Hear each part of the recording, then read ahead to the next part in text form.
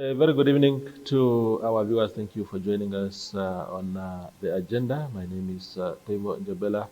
We are coming to you this time from outside the office. We are in Walvis Bay, where a lot of headlines came from in the past week, including the rejoining of the ruling party by former Affirmative Repositioning activist Knowledge Ipinge. He's here tonight to set the record straight. There's been a lot of questions, a lot of insinuations, but we want to hear from the man himself about that. Thank you, Knowledge, for making time. Really, we have lost you completely from the political spectrum, and then we see you last weekend being presented with a cap, red, black, and red, blue, and green. So thank you very much for making time just to help us understand. First and foremost, um, what drove you into affirmative repositioning at the time? Yeah, good evening, Toivo, and thanks for having me. Yeah, what drove me into AR at the time, it's protest action, and then also just some principled issues we stood for at the time. Definitely dealing with issues like the land question, for example, which was also a pressing matter, especially here in Walvis Bay. So that is initially what have driven me to AR. And at the time also, as you can remember, it was also at the time that we had some pressing issues also within the Swapo Youth League itself. Yeah, yeah. So that is basically what have driven me to AR. Yeah, yes. Um, uh, in Swapo at the time prior to joining AR, were you just an ordinary member of the party, or did you hold any particular position? Yeah, no, I was just an ordinary card-carrying member of the party. Definitely more contributed towards actually what we called at the time polytainment. Yeah. So I was very instrumental in contributing towards the polytainment aspect itself, and also just campaigning for the party at the time as well. Yeah. So those issues that you mentioned that sort of drove you into joining AR, which was not a political party, by the way. It was just a pressure group, if you like. Those issues still persist. And then the land question has not been resolved. Housing has not been resolved, and those were always the key issues of AR. Corruption has not really been dealt with again. So, what is it that you would say that okay, we did what we needed to do, we resolved those things, and then I go back to Swapo, but those issues still stand? Yeah, maybe I should just give perspective, and we should understand that we were very clear on the fact that we were still with Swapo at the time. And if you can remember well, there was also a court challenge of the expulsion actually of some of the AR members at the time also. And there was a court case. We won that court case, which was actually one of the key achievements of AR at the time as well also. To say that as much as we have a pressure group, as much as we have this activist movement, individuals fought actually to still remain within Swapo at the time. So that was one of our key achievements as a movement. Then we had definitely the agreement we had with government as a pressure movement at the time, which was never achieved before. And those are historic facts we cannot take away from AR as a movement. We then had the massive urban land servicing program that also saw houses being built here in Walvis Bay. As you're coming into Walvis Bay at the new entrance, you will see all those houses actually came as a result of that agreement. And we know definitely people who participated in the mass land application program and all that, who definitely benefited from that. Fast forward to where we are currently as a movement, it's close to 10 years now and all that. We have then reached the stage whereby a transition was done from an activist movement to a political party. And that on its own, basically, it's where I've actually said my journey then ends only with the activist movement itself. And in March this year, I tendered then my resignation from being the interim chairperson for Erongo region. So it's not a surprising thing that many people actually try to portray now currently that it's something that happened overnight. It didn't happen overnight. My journey ended actually with the activism movement, and when the decision was made to transition, I then say I'm not doing the transition. That is actually where I am currently. Yeah. So by the time AR became a political party formally, you were already exiting the movement at the time, or did the fact that it became a political party play, that was the last straw for you, for example? Yeah, the reality is when decision was made, and you can go back to the minutes of AR meetings and all that. When that decision was made, I was not part and parcel of that. At the time, I was actually in South Africa, pursuing my studies at VETS. So I only heard it actually also through the grapevines that such a decision has been made and all that, which I've never contributed to say I am with or I'm not with and so on. The only thing then that happened, because at the time we had a program called the REEF program. So that REEF program definitely automatically gets replaced by the party constitution, because if you then having an activist movement and you have an ECN registering a political party, it then means you then start following that constitution that is in place. So at the time that that transition was done and AR formally received its, its certificate, I was no more holding any, the interim chairperson position within AR itself. I then resigned already because that happened already in March, and I think the certificate was issued only about 2 months ago or something. Yes. Why did you quit as interim chairperson of Erongo? Simple. My work was done. My contribution was in activism, in protest action and all that. So the moment that you then move into the political space, it means ideologically there's also a shift that happens. So that shift that's happening, I rather saw myself definitely contributing towards a more structured engagement platform, which is what Swapo is currently presenting. Yeah. The so it's easy to say that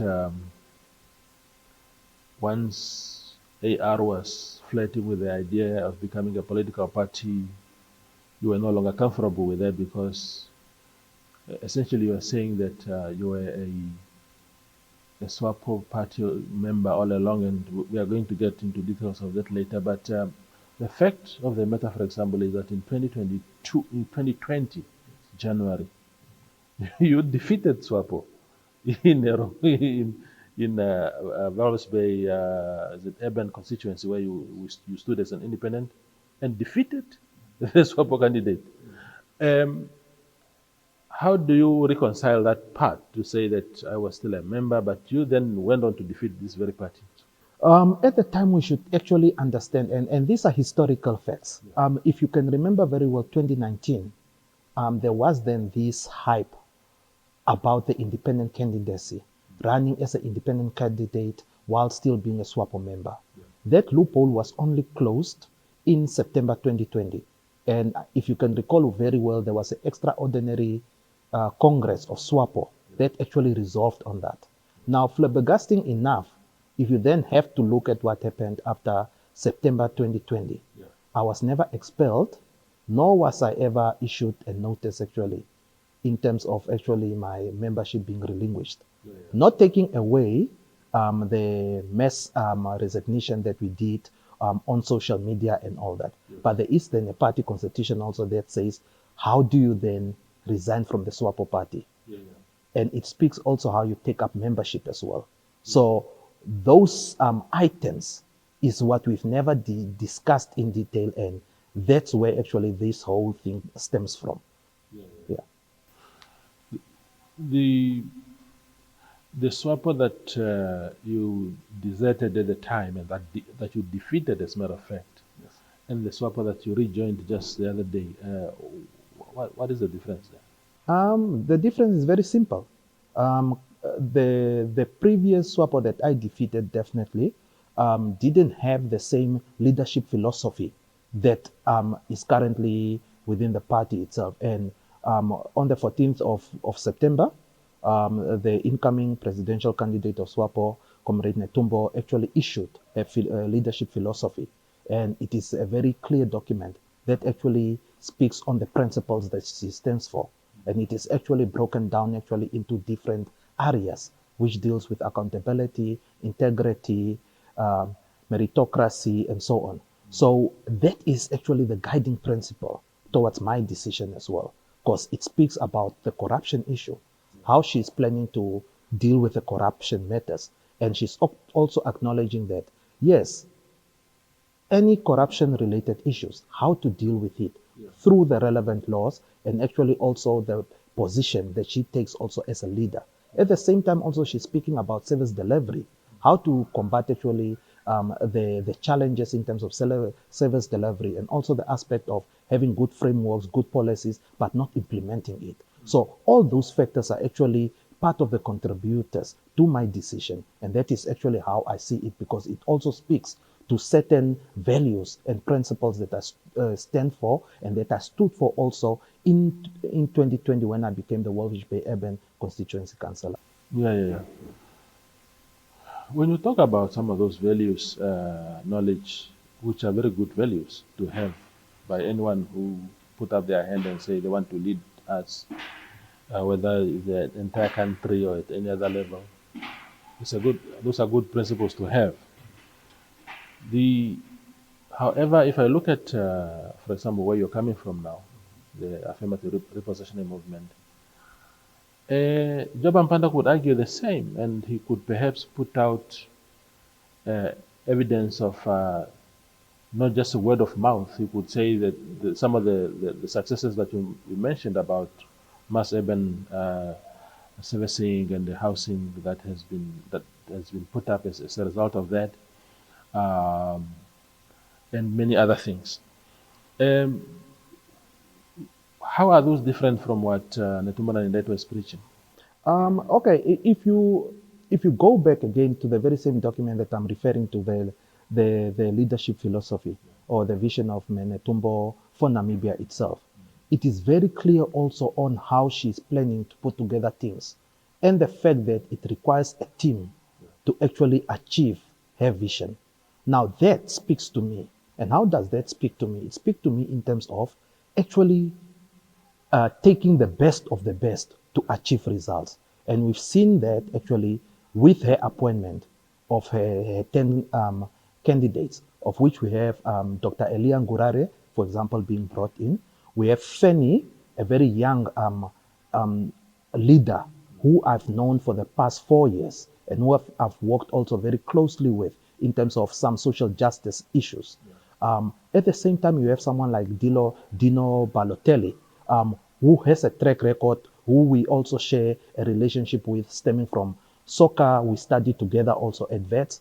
At the same time, also, we then had some engagement through the business world itself and all that. And you should understand that currently I'm playing a role also in the private sector, which is a very, very key sector also to take into consideration when actually the elections is taking place, especially with the new industries that are coming out to play, like your oil and gas industry, and then your ship repair industry that is growing significantly, and then also the logistical space also that is growing, which are all very key industries to the contribution of the GDP of the country, as well as also the Walvis Bay economy itself. So many people don't actually understand these dynamics, that Walvis Bay is not just about a community itself.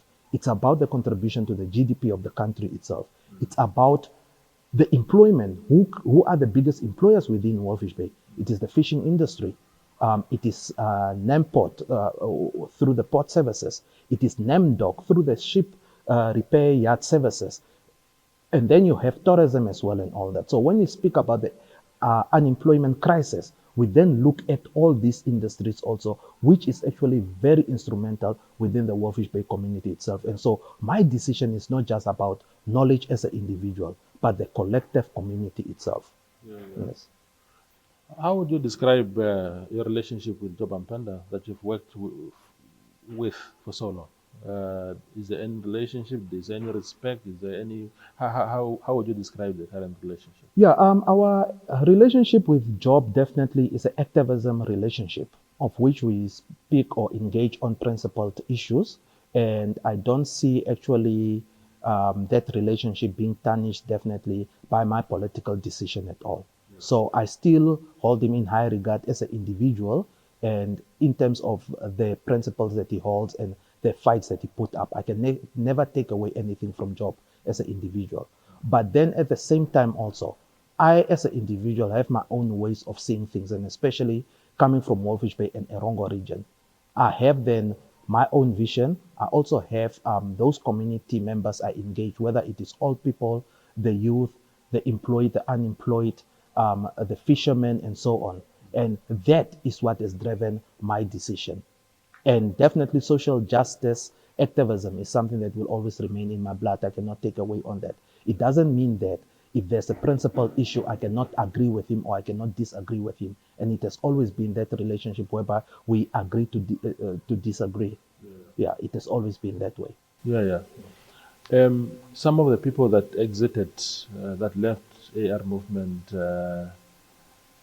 some years, 2 years ago, I think 2022 or something like that, Simon Amnimes and others, didn't have a lot of kind words for Job Amupanda. They called him an induna. In other words, he's the center that holds the organization. He doesn't delegate enough. He doesn't expand his duties to others, so that others also do not just so that others can also shine, and also actually it's not about shining, I suppose, but so that others can also be seen as part of that movement. What was your observation in that regard as far as Job Amupanda is concerned? Look, Toivo, there's one thing I've learned in life, and that is actually the aspect of getting to know a person on your own terms as an individual. Yeah. And the reality is this. My opinion about you as an individual and the opinion of the next person about you will be informed, basically guided by your engagement with that individual. Yeah. Now, if you ask me my relationship with Job, it has always been about activism. It was never a friendship relationship. Yeah. That's the part you should understand. So I know him as an activist. So if there's something in Walvis Bay or Erongo, we engage on that matter. If there's something related to activism nationwide and so on, we caucus and engage on those issues. That's the only relationship I held with him. Yeah. And as far as I'm aware, whatever principled issues I had within Walvis Bay, within Erongo, we would agree to disagree. And that's common within any space. Whether it is with you, whether it is the next person, it will always be a give and take situation. Yeah. And it all depends on your individual character, whether you then choose to take power. And you should know that if I want a certain seat, and this is what you should understand, Yeah. me and my own brother, we can be competing actually for a presidential seat. Yeah. At the same time. But then it doesn't mean that because I have my individual ambition, it makes you a bad leader. Yeah. So it comes down to the individual at the end of the day. And that is actually the opinion of those individuals. My opinion is very clear and simple. If it comes to matters of activism, if it comes to principled issues that affects the community and all that, conversations can always happen, whether it is through debating, whether it's through exchanging ideas and all that. But then my political posture currently is the fact that I've taken up membership with Swapo, and I'll be campaigning for Swapo as a party and the Swapo presidential candidate. Yeah. There's this idea that when you're outside a particular system, things tend to seem easier from outside, but once you enter the system, they don't. They prove to be sometimes very difficult. What was your experience with becoming the councillor for Walvis Bay Urban? Because you are an activist who said our people needed this, our people needed this. Then you were thrust into that position to say, there it is, run with it. Do you think that, how did you find the experience? Yeah, Toivo, as I hinted before, it all comes down to the implementation. Because you'll find that many times in structures like the regional council and all that, you then have different bodies, whether it's your constituency development committees, your CACO committees. You then have also then the constituency councillor himself. within the constituency, but then at the same time sitting as a collective, as the Orongo Regional Council. So now, in terms of Orongo Regional Council, it then is driven by motions that you need to table. It then goes up for debate and then it needs to be resolved on and all that. And I can tell you that I've actually had about 85% of my motions that I've tabled that has actually been passed through. And this is despite me being an individual and being an independent candidate. I managed to pass through 85% of my motions. The others were turned down because of various reasons and all that. But then the implementation thereof then becomes the other aspect, because that's then driven by the administration and not by the council itself. And we've seen some of these programs definitely being implemented. Until today, I can say there's 2 or 3 motions that are still not implemented, that are still just sitting idle and all that. Then that comes up to the aspect of delivery. The service delivery component that I mentioned before, it then comes down to that. And that's what we need currently, is to start implementing as a country, is to start taking action in ensuring that all the plans, all the resolutions taken, all the policies, frameworks, and all that we have in place is definitely implemented in actually benefit the greater good, the greater Namibians. And this is basically the vision that Menetumbo is bringing. Yeah. Do you think that the non-implementation of some of those motions had to do with the fact that you were not a Swapo candidate? In other words, there are people who didn't want you to shine, perhaps. If you look at the administrators of of the regional council, not all of them are also Swapo members. That's what we should remember. Some of them are people who sit in employment with different political beliefs and political parties. Some of them are not even participating politically. So you can never pin it down to Swapo to say it is actually because of that the implementation has not happened. Where I can pin it down to Swapo is to say, if my motions were rejected, I can blame it because then the leaders either were operating through a certain instruction to actually downplay my motions and all that, but I've not seen something like that at all. I've not experienced it at all. Yeah, but you see, the motions knowledge also that if you as a councillor decide that you want to bring water to Kwisabmund, more water taps, Swapo would obviously never say no to that, because you could use that against them and say, look, I did this, but Swapo said no. So it would be dangerous of them to naive to not agree with you. So say, okay, let's agree with him at this level, so that from a PR point of view, it's fine. But let's just make sure that he doesn't deliver that. You are saying that has never been the experience. Man, maybe if you ask it from that perspective, you then look at it maybe more with the COVID situation, which is one I would say we've worked very closely and all that. And there was only a debate in terms of what I'm doing, whether I'm authorized to do it or I'm not authorized to do it. And it was actually up for debate to say, what is the law really saying? Is it within my powers or not within my powers? Then when you look at capital projects like water, for example, is run through the capital projects. What you then do as a leader also, you then look at what capital projects are budgeted for. If there's a budget for that specific capital project, you then have the authority to ensure that your constituency, your community benefit from that. And that is how my leadership style was structured. I would study government documents, whether it is now your NDP documents, whether it is the Planning Commission documents and so on. That is actually what I was guided by. And I always ensure that whatever I'm implementing, it is also speaking to the government programs itself. So there's no way you can stop something that's part of the government program. And that has always been my strategic approach. Absolutely. The people that you defeated here in 2020, and now your comrades again, you have this singular mission to make sure that this region goes back to Swapo, that Swapo regains Walvis Bay and the entire Rongo region. How will they trust you, looking at you and say, this guy, he stood against us, he defeated us, he just recently rejoined. How are you going to weave yourself back into their hearts again and be comrades? Yeah, you should understand that The Swapo campaign is actually driven through the structures. So starting with your district coordinator, your regional coordinator, then you have the information and mobilization officers as well also. Then you have the leaders assigned to the regions as well. So my view is the fact that if I have strategies, if I have activities I want to implement in terms of that's adding value to the campaign itself, I need definitely to follow the relevant structures in order to implement it. And it's not just a matter of me running to the street and doing what I feel it need to be done. And that is basically my starting point also with the written within the party. I need to consult the district leaders. I need to consult definitely the regional leaders. I need to then also consult definitely the leadership assigned.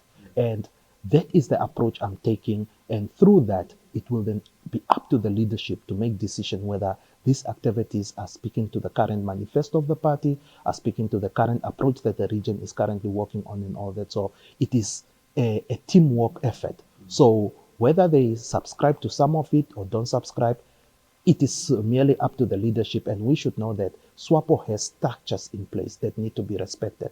And me being an ordinary card-carrying member, I need to abide by that because that's what I've signed up for when I actually decided to rejoin the party. And that will be my approach, strictly on following definitely what is in place already, not to come and reinvent things. And mine is to add value. And as you've heard on Saturday, the SG was very clear to say that she is confident with me definitely being back in order to secure Walvis Bay and Erongo. And that is where my mandate ends. It ends actually in adding value and showing definitely the results come the 27th of November. Yeah, yeah. Swapo losing the Rongo region in 2020 and 2019 and 2020 was such a shock for the ruling party and just for any observer, because we know that as much as Rongo is a cosmopolitan region, it has always been a Swapo stronghold. What did you think went wrong that turned, as a resident of this town, of Walvis Bay in particular? I mean, what is it that you saw on the ground that you say this could have been the reason why the party lost? Social challenges. Social challenges was the main factor. And at that time, I firmly believed that these social challenges were as a result of SWAPO leaders who were put in charge or who were actually holding political office. Now, as years go by, you then realize actually that it's actually way beyond just SWAPO as a political party. And Walvis Bay is a practical example. Look at the roads of Walvis Bay today. We have never seen this before 2020, Walvis Bay roads being in such a pathetic state. But after the opposition have taken charge of Walvis Bay, we've seen it. Service delivery has not been at the all-time low the way Walvis Bay municipality is being run today. We went for over 3 years without a CEO in the Walvis Bay municipality. We've never seen this before at the time that Swapo was ruling Walvis Bay. And these are just some of the realities. So as much as I advocated for the vote for change, I didn't advocate for a vote of change for people to come in and say it's my opportunity to eat now, as we are witnessing with the opposition that has taken charge. They came with that mentality to say it is now my opportunity to eat and not really serving the people. And that's where the leadership crisis comes in, especially within the opposition. Yeah. I want to remind you this knowledge and analyze for me what you think about that. After the election results were announced in 2020 in particular, and the ruling party lost this town,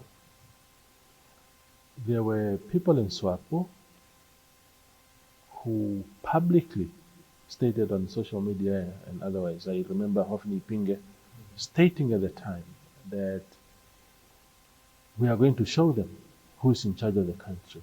In other words, they can go on rooftops of open bus rooftops and celebrate their victories, but we are in charge of the purse, and we will make sure that we are going to starve them of the funds that are required for them to succeed. That was said publicly, and I remember the president, Hage Geingob, at the time, rebuking that. So when you look at things like roads, and many other crime, for example, has really been a problem in Walvis Bay lately. And some people are arguing, for example, that crime is a baby of the city of the Namibian police, which doesn't report to the opposition that is leading this town now. How do you reconcile this thing to say, but comrades, this one is your responsibility, this one might be someone else, this is the IPC failure, this is a failure of the Swapo government? It's very simple, Toys. You then look at aspects like the Local Authority Act itself. What's the Local Authority Act saying? Now, Walvis Bay Municipality have a roads and building department. That department is falling apart within the municipality of Walvis Bay. Go and check it for yourself. You're in Walvis Bay currently, go to the roads and building department. You'll then understand that there is an underlying situation. You have a whole department within the municipality, but they are actually outsourcing the work that department is supposed to be doing. That's where it all starts. Does central government have anything to do with that? No. It is the local government that need to deal with that aspect. And those are the realities we can never argue away. And the moment that you don't have a CEO who's driving the strategic vision of the town, then that's the result you're going to get. And that's why Walvis Bay is where it is today. So we can argue it as much as we want to argue on it to say, yes, Knowledge Ipinge said this or who said that and whatever. The reality is Walvis Bay Municipality has a budget and they need to make use of that budget that actually can fix the roads of Walvis Bay. You don't need a budget from central government. Yeah, because it's an issue of that roads department doing its work and delivering on that mandate. At the same time, you're then dealing with other aspects also within the municipality of which security. Compare Walvis Bay with Windhoek. Why is the crime rate low in Windhoek? It's because we have City of Windhoek, which is actually a police services under the local authority. Walvis Bay has the very same mandate. We've been advising council actually to consider taking the same route. In fact, there is a resolution taken actually to already start that. Why is it not being implemented? Do you then blame it on the 3 Swapo councillors that are sitting in that office, who we saw even getting suspended also unprocedurally recently as well and all that, despite fighting actually for the right thing, fighting for the community and all that. So these are the realities we need to speak about. So we can say who said what and who said whatever. Walvis Bay Municipality have a budget, and they are a Tier 1 municipality with a very huge chunk budget. They are not the ones who rely on the Ministry of Urban's budget or whatsoever, like village councils and town councils and all that. So these are the realities we need to speak about. So when we speak about this leadership crisis, it is informed by facts and not fiction. And that is actually where everyone wants to be creative to say, no, Swapo said this or Swapo said that. The reality is the leadership locally is failing the people and they should take full responsibility of it. Yeah. On the other hand, what makes Swakopmund a bit, what makes it different? Because they seem to be not having the same level of crisis as Walvis Bay. Is it, for example, what you mentioned, that they have a CEO and therefore... I want you to then realize this, and this is actually a very important observation you need to make. Swakopmund is flourishing. Why are they flourishing? They've had a stable CEO, Archie, with a very good track record, coming from Tsumeb already, where he was thriving, came to Swakopmund, and we're seeing these results. Look at the track record of Swakopmund. Before Archie and after Archie, you'll then see that he really came to work and he's been delivering actually on his mandate. Now, you then look at the council itself. The council of Swakopmund actually is a coalition between the Residents Association and then IPC and all that. Now, what's flabbergasting about this whole thing is the fact that you have a substantial leadership or a very strong leadership within Swakopmund. But then when you look at the party lists and all that, you then realize that the councillors of Swakopmund are not even featuring anywhere, getting into the parliament seats or whatever, despite the results that they provided. The ones who have failed in Walvis Bay are rather the ones who are being wheelbarrowed into parliament now currently. So what does that say about leadership? I hear you. Coalitions, you are living the reality of coalitions. Just like those of us who live in Windhoek as residents there, and we are also living that reality. What do you make of coalition politics, especially at the local level? Coalition politics are a failure in Namibia. We've seen it all over. It has never yielded any results. It has never brought any positivity. It has never added value to the community or to deal with social issues. Yeah. So that is also partially part of the contributing factors to my decision to say Swapo deserve a two-third majority in order to lead effectively and to implement the right decisions. Because with coalition governments, we're not going to get anywhere. It will be a reset button being pressed, and service delivery will just go down. Yeah. Speaking of two-thirds majority knowledge, there's been also this arguments, some saying that there are even some Swapo members who are saying the party must win, but only marginally, because they are saying that part of the problems that we have in the country also comes from the arrogance and complacency of a party too comfortable. They think that Namibians love them and adore them, and we just need to do small things there, and then we are assured of those kind of votes. Do you think it's healthy for a democracy to have a two-thirds majority? From my experience, you need the right people in place. You need to pull together the best of the best, and that is what the Swapo presidential candidate is saying. Because throughout her years and throughout her experience, she has also learned about this, and she was very clear to say, "Look at the track record. Look at the ministries she actually led. She has come in and she had specific deliverables that she had to deliver on. And she's mentioning them unapologetically to say, these were my deliverables and this is what I delivered." It's about track record. Now, what we need to ensure is that if Swapo get the two-third majority, we need to ensure that we hold the leadership accountable to all these promises also. And the good thing with Menetuma, she's not making promises through her leadership vision. She's actually identifying the problem and providing solutions. It's a new style of leading, basically, what we've not seen in the past. In the past, and what we've seen with manifestos of parties, we will do this and this and that. So we have the party manifesto that speaks on the programs that Swapo is going to lead, supporting the existing government programs and then also future programs that are earmarked. But she has this document that then is an action plan that says, how are we going to achieve that? What is it that we're going to do? What do we need to get in place in order to achieve that? And that's basically what's speaking to me, because I'm an action-orientated person. I'm that person actually who is driven by yielding results and definitely identifying the problem and providing the solution as well. And that is actually how I'm subscribing to the leadership of the incoming president. Yeah. I want to compare two scenarios of what the two-thirds majority can do and what happens when you don't have it. In 2014, there was a constitutional amendments, because by law you must have a two-thirds majority in order to be able to amend the constitution of the country. And what happened in 2014 is that there were amendments to the constitution that created the position of vice president, which many people think is unnecessary because you already have prime minister and deputy prime minister.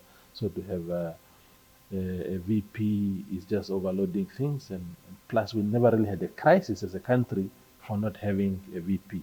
That was one creation of that. And then the second thing was the bloating of parliament from 74 seats, I think, to 96 now. I don't know what the crisis was when we had 74 seats. So more people brought into parliament have to be paid and all this kind of thing. The third creation of the two-thirds majority was that the governors must now be appointed by the president. Swapo was losing in Kunene, Swapo was losing particularly in Kunene. And the governor used to be the opposition there, Dudu Murorwa, all those years. And then eventually, now even the opposition is still dominating in Kunene, but they have blended, they have blended the Swapo guy there. So very unproductive things, if you ask me personally. Okay. But without that two-thirds majority since 2019, none of these funny things could have happened. So I don't have a problem with a two-thirds majority when it's used correctly and to the benefit of the country. But if it's to create, if it's to consolidate the political power of one political party and to, you know, take power from the people. People used to vote for their governors through councillors first, and then councillors among themselves appoint someone to go to parliament. Suddenly, now the people have been, that power has been taken away from them. That is my problem with two-thirds majority. Your comment? Okay, Toivo, I actually respect your view and your opinion on that. And I'll start with the VP position. It looked unproductive and irrelevant up until we actually had a crisis this year. When that crisis happened and we lost our president, may his soul rest in peace, we then saw a smooth transition of the VP actually becoming our president. And since then, we have seen stability within this country, and we've seen the current president actually delivering on programs that were already in place and all that. So we didn't have a leadership vacuum in that aspect. So that speaks and answers actually to that question. So if you had asked me that before January, I would share the same views. But then with what I've seen now that the President, Honorable Nangolo Mbumba, is currently doing, it actually it shifted also my view and opinion on that part. And I'm not taking away anything from you. Yeah, but let me challenge you on that one.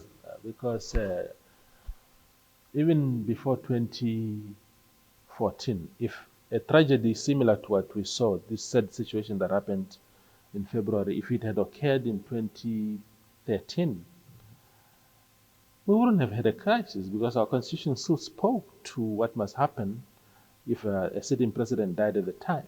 So there were still options. So it's not like VP is now the alpha and omega. Yeah, but at the time you should look at it twofold. The Constitution spoke to it, but then it was not clear in terms of the succession plan itself. So here we're speaking about the succession plan. What happens when it's 1 year prior to the national elections? Yeah. What happens if it's more than 1 year prior to the national election? And that is part of the amendment that you're referring to that happened. And that amendment, we saw it answering actually a whole lot of questions when we found ourselves in that position as a country. But if you go back to the old constitution, you will then realize that there was a loophole somewhere, and that loophole was closed. Yeah. Now, speaking about the bloated, government, definitely, that is something I totally don't agree with till today, because it has definitely pushed up the government budget.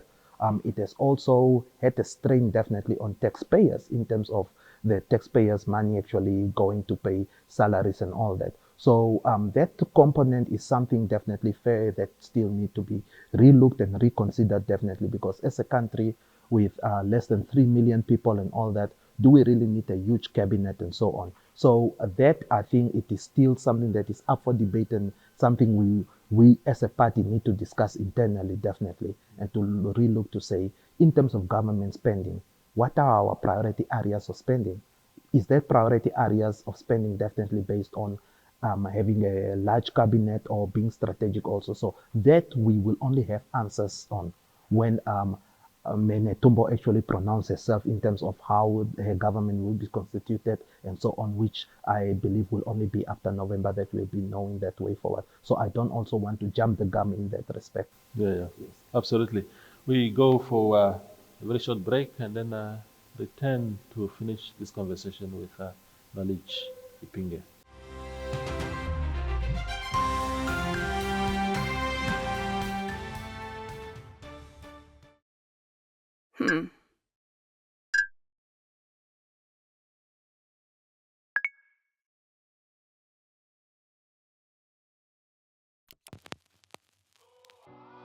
E-ticket, your online ticket solution for events and event marketing, bringing you ease of mind and making sure that your event gets out there.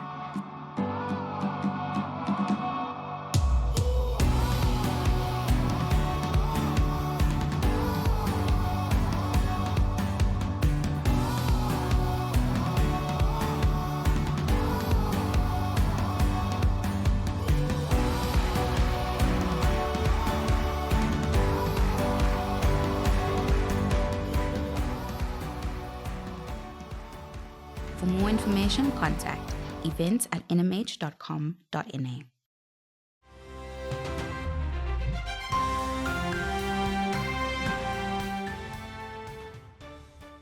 We continue our conversation with Knowledge Ipinge, who just returned recently to Swapo and is fierce in his defense of the party that he once even defeated in an election. Now, Knowledge, let's talk about Netumana Nindaitwa, your view of her. You spoke about many things about her, she'll bring this, she'll bring that, as if she was a new leader in government. She's been there since the 90s. What is she bringing new to this position if elected? Yeah, when you say what is she bringing new, and I've answered that numerous times, she's bringing actually a leadership philosophy that we've not seen before. Why didn't we see it before? She has been in government all along. Yes, she's been in government limited definitely to respective ministries. So what we've seen was limited to the different ministries that she's led. And if we have to go back to a track record in terms of the ministries that she's led, we have seen actually these ministries actually being run effectively.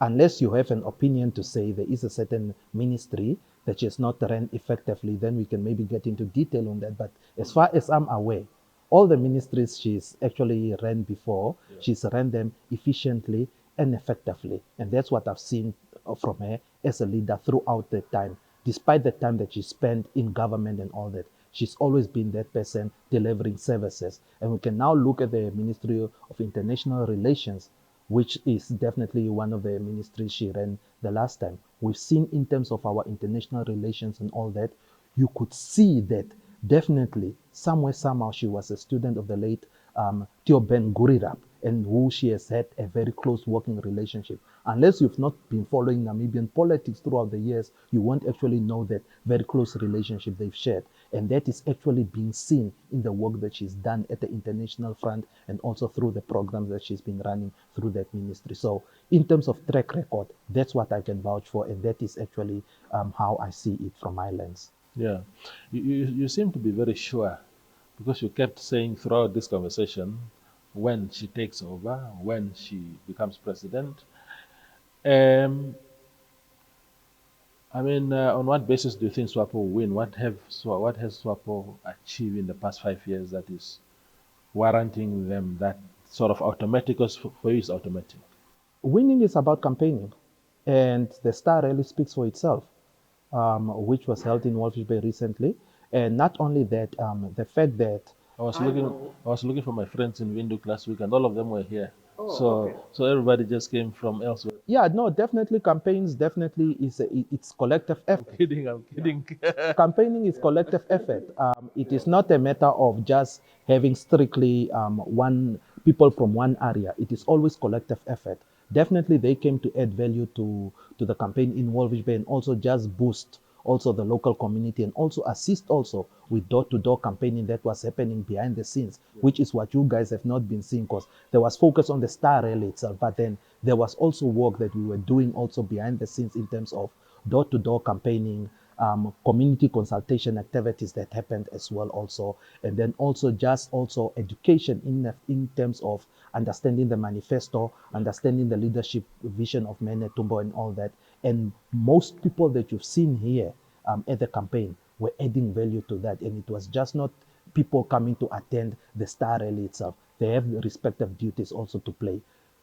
On top of that, we then look at the confidence. We have seen people, and personally, I've seen people who have supported me as an independent candidate actually relooking their position ever since Saturday when we made the announcement, which is actually telling you the story that some people also didn't know where to position themselves or who to vote for. So with my political positioning currently, they then have confidence in terms of them believing in my ability and also believing actually in what I stand for. Yeah. They are convinced that I won't just make such a decision for the sake of making that decision. So with that itself, if we can deliver Walvis Bay and Erongo region, which historically we know, once you have Erongo region with you, you definitely have the upper hand already of the votes, and then adding value definitely of other key regions, and then also the youth. Very important is the youth. So the youth vote, definitely, I can tell you now already that if you go around Walvis Bay, even the streets and all that, and you speak to 10 youth now, out of that 10 youth, I can guarantee you 7 with voting cards will tell you that they are vouching definitely for the Swapo party and Menetumbo. So the analogy uh, that I have, the problem that I have with the analogy of saying that campaign is the key, because door to door. For Swapo, I thought you simply pointed the facts. Employment statistics are like this, land delivery statistics are like this. Once you just flag that and then you are sorted.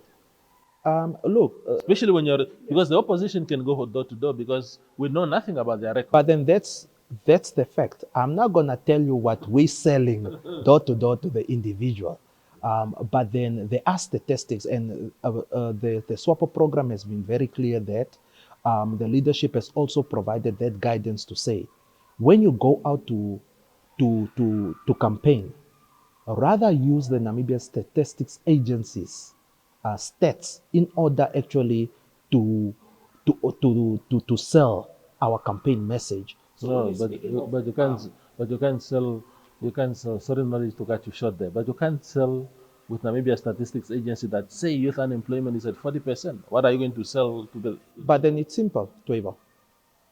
Youth unemployment is at 40%. What are the interventions and what are the what is contributing factors also to us having reached 40%? Those are the conversations we should be having, and we should be having those conversations as honest as possible. What has brought us there? And we are not shying away from what has brought us there. At the same time, we should provide direction also to say, how do we then solve that? And that is actually where the program is based on. And the manifesto is speaking to that. The leadership vision also is speaking to that as well. And that is basically where the education comes into play in terms of educating the masses about the party manifesto, as well as also the leadership vision of Menetumbo. So those two combined, adding the statistics itself, we then argue based on facts. And we then need to convince the the voter in order actually to give us that vote. So we cannot win the vote by actually shying away from the realities or the challenges or issues the party has faced in the past. We need to address that and also say what is the solution, what is the way forward. And that is actually where the campaign activities and strategy is actually based on. And that is actually where I'm coming in also to address the issue, very same issues that I actually used to have an issue with in the past, and how the party is actually approaching that differently. And that is what I'm communicating to those individuals who believed in my leadership, those people who gave me my vote also. I'm taking them to say, this is where we were 2019. This is where we were 2020. This is what has happened throughout the past 4 years now. This is the alternative being provided by the new leadership, by the incoming president, as well as also the party moving forward as well. So we're not saying there was no issues, there was no challenges. The challenges and issues were there, but there are interventions in place in order to combat that. Absolutely. Knowledge, thank you very much for your time. Thank you very much. Yeah, sure. That is Knowledge Ipinge. He's an activist who has just rejoined the ruling party Swapo recently, having again defeated them in a by-election here in 2020. But he says that he is determined to make sure that the party reclaims this town of Walvis Bay, which is now under the opposition hands. Thank you for watching.